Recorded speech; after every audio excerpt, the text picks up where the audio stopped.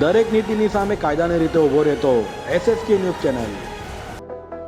સુરતની નવી સિવિલ હોસ્પિટલથી 60મું અંગદાન કરાયું હતું। નર્મદાના ડેડિયાપાડાના વતની એવા આદિવાસી પરિવારના બ્રેઇન ડેડ અજબસિંહભાઈ વસાવાના 2 લીવર તથા 1 કિડનીનું અંગદાન કરાવ્યું હતું।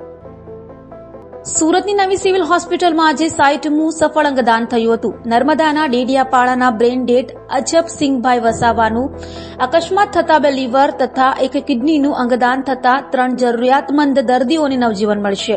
નર્મદા જિલ્લાના ડેડિયાપાડાના ઉપલા ફળિયા ખાતે રહીને ખેતીકામ કરીને ગુજરાન ચલાવતા 46 વર્ષીય અજબસિંહભાઈ વસાવા 22મી સપ્ટેમ્બર 2024ના રોજ ગાડી પર ખુદાદીતી બલગામ જતા હતા ત્યારે નાની સિંગ લોટી પાસે સામેથી બાઇક આવતા સામસામે એક્સિડન્ટ થયું હતું।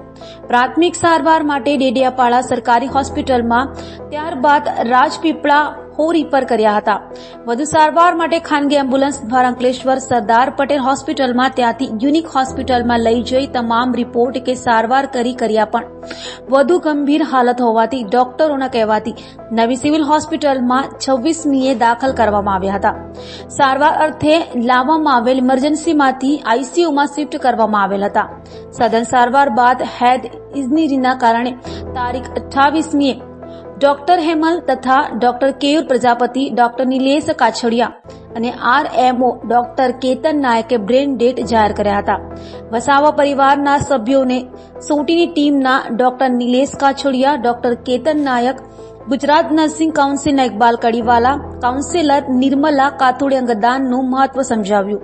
બ્રેઇન ડેડ અજબસિંહભાઈના ધર્મપત્ની રમીલાબેન, દીકરી રંજનાબેન, કૌશલ્યાબેન તથા પુત્ર દેવિન્દ્રભાઈ વસાવા દુઃખની ઘડીમાં પણ અંગદાન માટે તત્પરતા દાખવી હતી। આજે 28મી સપ્ટેમ્બરે બ્રેઇન ડેડ અજબસિંહભાઈની બંને કિડનીઓ તથા લીવરને અમદાવાદની IKD હોસ્પિટલ ખાતે લઈ જવામાં આવ્યા હતા। સિવિલના મેડિકલ સુપ્રિન્ટેન્ડન્ટ ડોક્ટર ધારિત્રી પરમારના માર્ગદર્શન હેઠળ તબીબી અને નર્સિંગ સ્ટાફ, સિક્યુરિટી સ્ટાફ, સફાઈ કર્મચારીઓ તેમજ જાગૃતિ સ્વયંસેવકોએ અંગદાનમાં જહેમત ઉઠાવી હતી। નવી સિવિલ હોસ્પિટલ તંત્રના સફળ પ્રયાસોના પરિણામે આજે વધુ એક અંગદાન સાથે 60મું અંગદાન થયું છે।